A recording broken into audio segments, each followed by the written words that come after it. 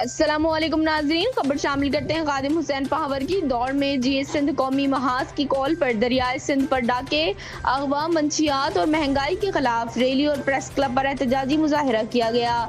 Rally की क़यादत ज़िला रहनुमा महबूब खास खैली, तालुका सदर Rahim Sindhi, general secretary Hanif Sindhi, joint secretary Ayaz लुगारी ने की। उनके हमरा सैयद शफीक शाह, फिरोज लुगारी, सईद अहमद खास खैली, आरिफ सम्मो, ताहिर जरदारी, अल्लाह दाद मरी, अली शान वगन, अल्लाह बख्श मरी, जमीर मलिक, राशिद सिंधी और दीगर कौमी कारकुनान शामिल थे।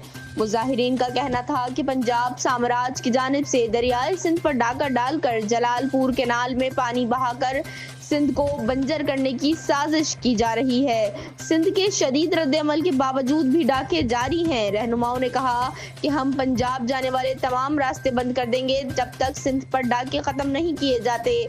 हम सिंध के इंच इंच की हिफाजत करते रहेंगे। उन्होंने कहा कि मासूम बच्ची प्रिया कुमारी, उजाला सोलंकी समेत मासूम बच्चे अगवा किए गए हैं। सारा सिंध सरापा एहतजाज है, लेकिन हुक्मरान जमात और इंतजामिया उन्हें बाजियाब नहीं करवा सकी।